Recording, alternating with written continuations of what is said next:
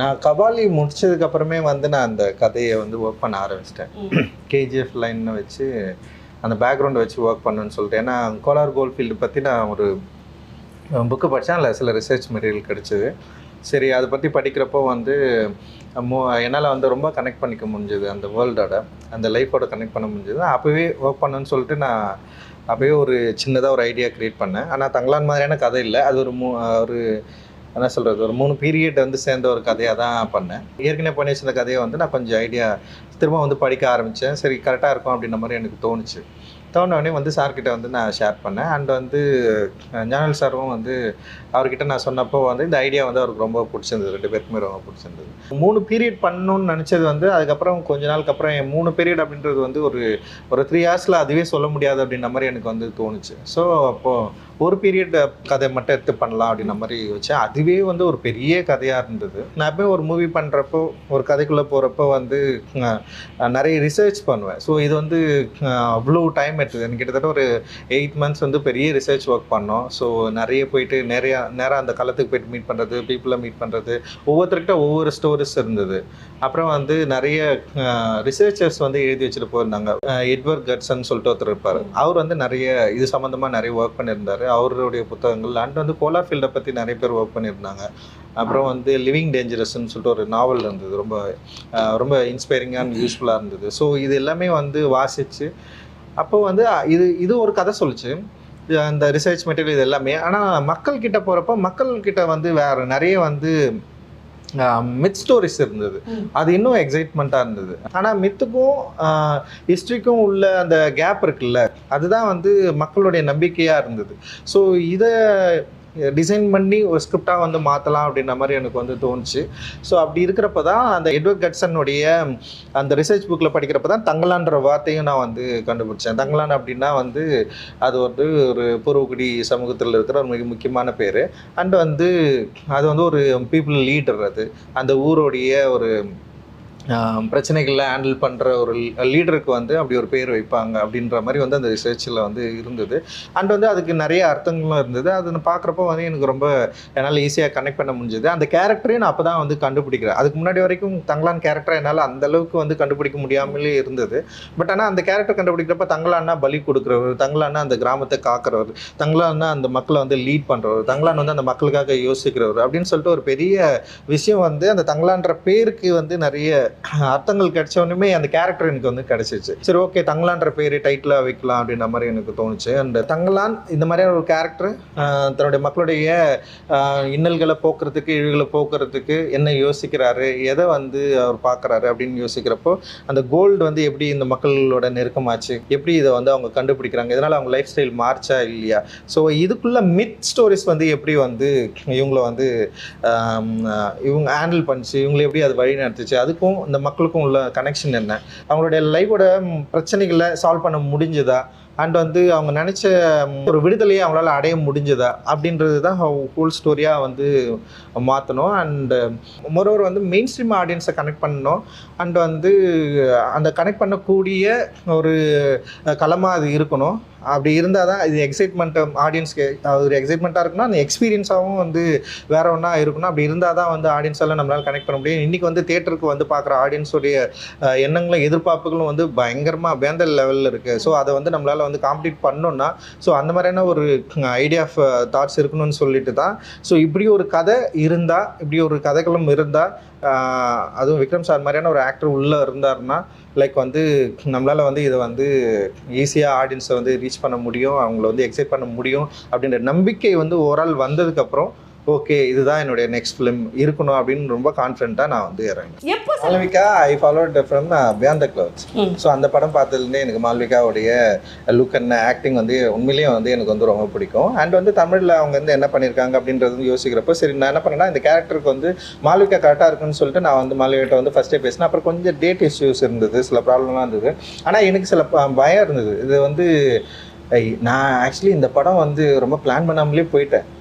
திடீர்னு யோசித்தேன் படம் பண்ணிட்டு இந்த படத்தை ஈஸியாக எடுத்துட முடியும்னு போயிட்டேன். ஆனால் வந்து அதுக்கப்புறம் தான் தெரிஞ்சுது இந்த கேரக்டர்ஸு ஆர்டிஸ்ட்டு அந்த வேர்ல்டு க்ரியேட் பண்ணுறது வந்து ரொம்ப ரொம்ப கஷ்டமாக இருக்கும் அப்படின்ற மாதிரி எனக்கு வந்து நான் படம் எடுக்கிறப்ப தான் வந்து என்னால் அதை வந்து ஃபைன் பண்ணவே முடிஞ்சுது.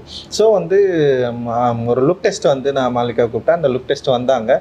ஸோ அவங்க பண்ணாங்க. எனக்கு என்னென்னா அந்த ஆரத்தி கேரக்டர் அந்த லுக்கெல்லாம் இவங்களால் க்ரியேட் பண்ண முடிஞ்சுது. ஆனால் ஃபிசிக்கலாக வந்து இவங்களால் ஆரத்தி ஆக முடியுமா அப்படின்றது வந்து நான் யோசிக்கவே இல்லை. சரி ஒரு ஆர்டிஸ்ட் நான் பண்ணுறாங்க அப்படின்ற மாதிரி தான் நான் வந்து செட்டுக்கே போயிட்டேன். செட்டுக்கு போனதுக்கப்புறம் வந்து அந்த லுக்கில் ஆனால் வந்து அவங்கள நான் ஏற்கனவே செட் பண்ண அந்த ப்ரீ லுக்கில் வந்து பர்ஃபெக்டாக ஆரத்தி வந்துட்டாங்க. ஆனால் வந்து போயிட்டு அங்கே போய் இறங்கினோடனே வந்து ஸ்டண்ட்டு தான் ஃபஸ்ட்டு வந்து ஒரு பெரிய சீக்வன்ஸு ஸ்டண்ட்டு அண்ட் மாலிகா வந்து பண்ண சொன்னேன். அது வந்து ஏன்னா வந்து ஆல்ரெடி ட்ரெயின்டாக இருக்கிறவங்களே பண்ண முடியாது. ஆனால் இவங்க ட்ரெயின்டே கிடையாது அண்ட் வந்து அந்த ஃபிசிக்கும் அந்த மாதிரி இல்லை. ஸோ வந்து ஆனால் நான் பண்ண சொல்கிறேன், அவங்க பண்ணுறாங்க, ட்ரை பண்ணுறாங்க, ஆனால் முடியல. எனக்கு வந்து பயங்கரமான ஒரு கன்ஃபியூஸான ஒரு ஸ்டேட்டு அண்ட் என்ன பண்ணுறதுன்னு தெரில. பட் ஆனால் எனக்கு ஒன்று மட்டும்தான் பயங்கரமாக இவங்க மேலே வந்து ஒரு பெரிய கான்ஃபிடென்ட் க்ரியேட் ஆச்சு. என்னென்னா இவங்களால முடியல, ஆனால் டே ஃபுல்லாக வந்து இவங்க வந்து பண்ணிகிட்டே இருந்தாங்க. லைக் அந்த கொம்பை சுற்றிட்டே இருந்தது, வந்து பயங்கரமான pain. C started crying and வந்து அவங்களால ஆனால் அவங்க என்ன பண்ணுறாங்கன்னா அதை வந்து ஷோ பண்ண முடியாமல் ஆமாம் அவங்க வந்து இது வந்து ஷோ பண்ணவே இல்லை. என் முன்னாடி ஷோ பண்ணவே இல்லை. நான் பண்ண சொல்கிறேன். ஆனால் நான் வந்து ஏன் அவ்வளவு ஒரு கொடூரமான ஆளாக மாறணும்னு எனக்கு தெரியவே இல்லை. எனக்கு தெரியல, ஃபர்ஸ்ட் டைம் எக்ஸ்பீரியன்ஸ் என் லைஃப்பில். ஆனால் அவங்க பண்ணிட்டே இருந்தாங்க. எனக்கு ஆனால் வந்து அந்த கேரக்டர் எப்படியா வந்துன்ற அந்த யோசனை மட்டும்தான் இருந்தது.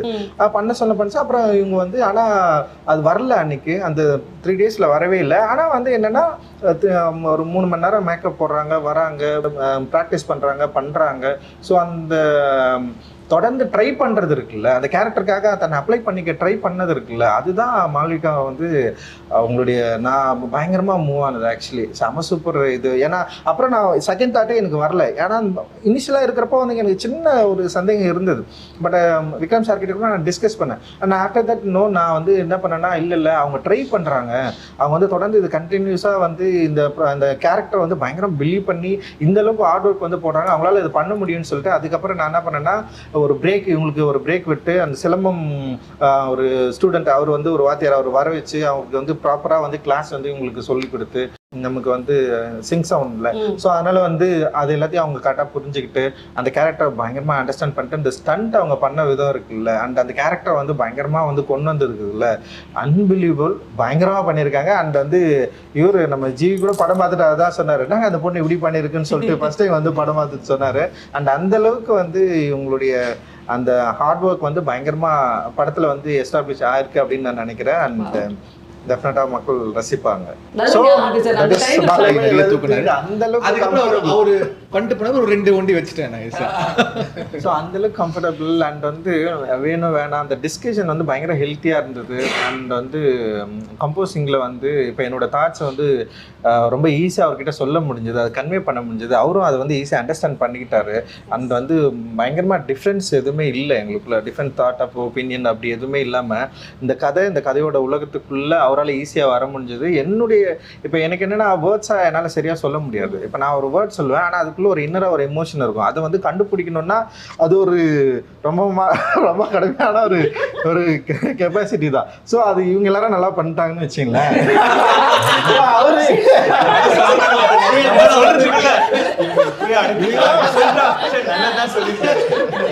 ஸோ நான் என்ன பண்ணேன்னா இப்போ ஒன் மார் சொல்லுவேன். ஸோ அது கொஞ்சம் ஒரு மாதிரி இருக்கு, கரெக்டாக பண்ணுறதுன்னு தான் சொல்லுவேன். போயிட்டு அது பயங்கரமாக என்னால் வந்து விளக்கலாம் முடியாது, அது ஒரு எமோஷன் தானே.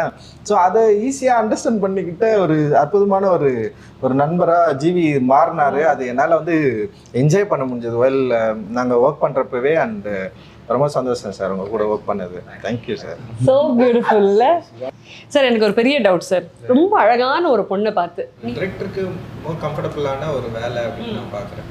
ஏன்னா எனக்கு நம்ம வந்து அங்கேயே ரொம்ப கஷ்டப்பட்டு நடிக்க வைக்கிறோம், அவங்க பயங்கரமாக அங்கேயே பயங்கரமாக பண்ணுறாங்க. அந்த எனர்ஜியில் இருக்கிற சவுண்ட் இருக்குல்ல, அதோட வேல்யூ வந்து டப்பிங்கில் மிஸ் ஆகுறது வந்து நான் என்னுடைய படங்களில் நான் நிறைய ஒர்க் பண்ணுறப்ப என்னால் அதை வந்து ஃபீல் பண்ண முடிஞ்சது.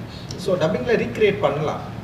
ஆனால் எனக்கு என்னென்னா டப்பிங் வந்து கிட்டத்தட்ட வந்து ஏதோ ஒரு விஷயத்த வந்து நம்ம ரீமேட்ச் பண்ணுற மாதிரியே ரீக்ரியேட் பண்ணுற மாதிரியே இருக்குது. ஆனால் ஒரிஜினல் மிஸ் ஆகிறது தான் எனக்கு வந்து தொடர்ந்து இருந்துகிட்டே தான். வேர்ல்டு வைட் அண்ட் பாலிவுட்லலாம் வந்து சிங் சவுண்ட் வந்து இன்றைக்கி வந்து ரொம்ப ஈஸியாக மாறிடுச்சு. இப்போ ஆனால் தமிழில் தமிழ் ஃபிலிம்ஸ் வந்து இன்னும் வந்து சிங் சவுண்டுக்குள்ளே வந்து நம்மளால் இன்னும் போக முடியல, அச்சீவ் பண்ண முடியல அப்படின்றதுக்கு அது காரணம் பட்ஜெட்னு ஒன்று இருக்குது. நான் இந்த படம் ஏன் வந்து சிங் சவுண்ட் போகணும்னு நினச்சின்னா, ஆக்டர்ஸ் வந்து பயங்கரமாக பண்ண போகிறாங்க, ஆக்டர்ஸ் அந்த வேர்ல்டுக்குள்ளே போக போகிறாங்க, ஆக்டர்ஸ் வந்து சவுண்டை தான் வந்து பேச போகிறாங்க, அந்த லாங்குவேஜை வந்து கரெக்டாக புரிஞ்சுக்கிட்டு அதோட மாடுலேஷனை கரெக்டாக புரிஞ்சுக்கிட்டு வந்து பேச போகிறாங்க. ஸோ அவங்க நடிக்கிறப்போ அந்த எஃபர்ட்டில் வர அந்த சவுண்ட் தான் ரொம்ப முக்கியமானதாக இருக்க போகுது. அந்த கேரக்டர் வெளிப்படுற விதம், அந்த பாடி லாங்குவேஜ் அண்ட் அந்த சவுண்ட் ரெண்டுமே வந்து பயங்கர சிங்காக இருக்கும்ல. ஸோ அதை வந்து கரெக்டாக வந்து நம்ம வந்து ப்ரொடியூஸ் பண்ணோன்னா, அது கரெக்டாக மக்கள்கிட்ட கொண்டு போய் சேர்க்கணுன்னா சிங் சவுண்ட் வந்து ரொம்ப கரெக்டாக இருக்கும். ரியலாக அப்போயே வந்து எடுக்கிற சவுண்ட் வந்து ரொம்ப கரெக்டாக இருக்கும். டப்பிங்கில் இருக்கிற சவுண்ட் வந்து அந்தளவுக்கு வந்து கரெக்டாக இருக்காதுன்னு நான் தோணி என்னுடைய சவுண்ட் டிசைனர் ரூபன் கிட்ட வந்து நான் வந்து பேசினேன். ஏன்னா அதுக்கு முன்னாடி நான் தம்மம் அண்ட் நட்சத்திரம் நகர் ரெண்டுமே வந்து சிங் சவுண்ட் தான் பண்ணேன். பெரிய டிஃப்ரென்ஸ் இல்லை. முன்னாடி சிங் சவுண்ட் வந்து பயங்கரமாக ஒரு ரொம்ப கஷ்டம் ஆக்சுவலி சிங் சவுண்ட் பண்ணி அதை வந்து பண்ணுறது. இப்போ விருமாண்டிலலாம் வந்து கமல் சார் வந்து ட்ரை பண்ணியிருப்பார்.